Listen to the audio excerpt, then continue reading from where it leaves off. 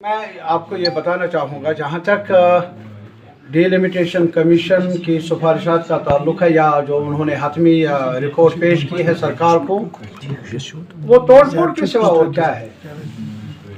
आप खुद अंदाज़ा कर लीजिए क्या डिलिमिटेशन कमीशन पर फ्रीज लगा है और ये पार्लियामेंट ने लगाया है कॉन्स्टिट्यूशनल अमेंडमेंट के ज़रिए 2026 तक।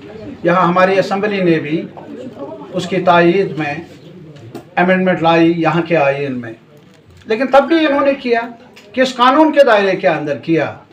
रीऑर्गेनाइजेशन एक्ट के दायरे के अंदर। रीऑर्गेनाइजेशन एक्ट क्या है? तकसीम किया है हमारी हिस्टोरिक स्टेट को, हमारे ताज को। सारे लोग कहते आए हैं जम्मू कश्मीर ताज है, इस ताज को दो हिस्सों में बांटा, लद्दाख में, जम्मू कश्मीर में, और इस ताज को गिराया, डाउन साइज किया और आज हमें पांडिचेरी के नक्शे में लाने की कोशिश हो रही है। ये हमें नोट करना होगा। हमें डिलिमिटेशन कमीशन से तवक्कुआत नहीं थी, इसलिए नहीं थी क्योंकि ये कानून के दायरे के अंदर हुआ नहीं, डिलिमिटेशन एक्ट के दायरे के अंदर हुआ नहीं।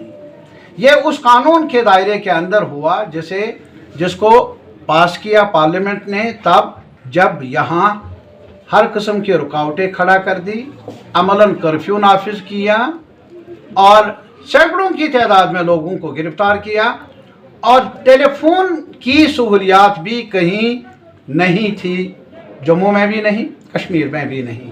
मुझे ये बताइए, सरकार पार्लियामेंट मेरे बारे में फ़ैसला कर ले, आपके बारे में, जम्मू के बारे में फ़ैसला कर ले और हमें पूछे बिना हमें क्रैकडाउन में रखकर, क्या वो इंसाफ पर मुबनी होगा वो फैसला? मेरे बारे में आप कुछ कहें और मुझे पूछे बिना मुझे आप जकड़ कर रख लेंगे, ये मुनासिब नहीं है।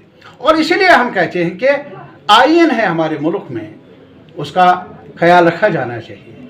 हमने सुप्रीम कोर्ट में गए, वहाँ हमने पिटिशन